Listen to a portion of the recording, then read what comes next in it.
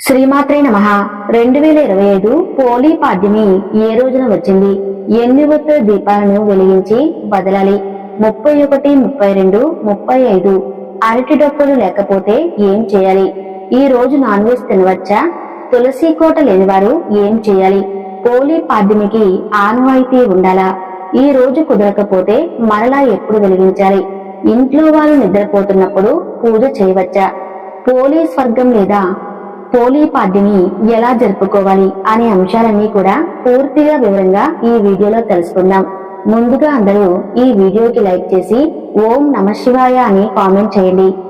కార్తీక మాసం నెల పొడవునా 30 రోజులు కూడా ప్రాతకాలంలోనే నిద్రలేవటం, ఆకాశంలో నక్షత్రాలు ఉండగానే కృత్తికా దీపాలు వెలిగించడం, అలానే కార్తీక సోమవారాలు, కార్తీక పౌర్ణమి, ఏకాదశి ఇటువంటి పర్వదినాలలో చక్కగా ఉపవాసం ఉండటం, ప్రతిరోజు సాయంత్రం శివాలయానికో విష్ణు ఆలయానికో వెళ్లి ఆకాశ దీపాన్ని సందర్శించడం, కార్తీక స్నానాలు, దానాలు ఇటువంటివన్నీ పాటిస్తూ ఉంటారు.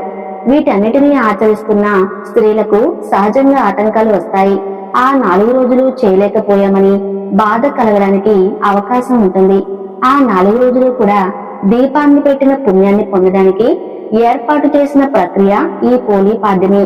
శ్రద్ధ కలిగిన వారికి మాత్రమే పరమేశ్వరుడు అనుగ్రహిస్తాడు అని చెప్పేటటువంటి అత్యంత ప్రధానమైన ఆంతర్యం కూడా ఈ పోలీ స్వర్గంలో మనకు కనపడుతుంది.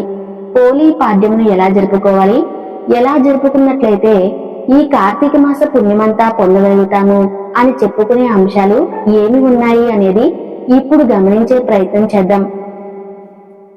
పోలీ పాడ్యమి ఇది మార్గశిర మాసంలో పాడ్యమి తిథి ఉన్న రోజు జరుపుకుంటాం. అంటే కార్తీక అమావాస్య మరుసటి రోజు. 2025 పోలీ పాడ్యమి ఏ రోజున వచ్చింది అంటే నవంబర్ 21వ తేదీ శుక్రవారం రోజున పోలీ పాడ్యమి వచ్చింది.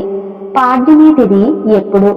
2025 నవంబర్ 20 గురువారం ఉదయం 10:40 నుంచి నవంబర్ 21 శుక్రవారం మధ్యాహ్నం 12:37 వరకు పాడ్యమి తిథి ఉంటుంది.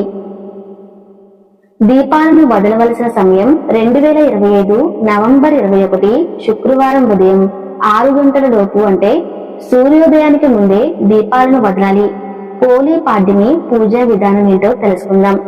ఆకాశంలో నక్షత్రాలు ఉండి సూర్యోదయం కాకముందే ఇంట్లో ఉండే తులసమ్మ దగ్గర ఆవు పేడతో అలకాలి. కుదరకపోతే ఆవు పేడ పిడకలు దొరుకుతాయి కదా, వాటిని నీటిలో కలిపి చల్లాలి. ఆవు పేడతో అలికిన తర్వాత బియ్యపిండితో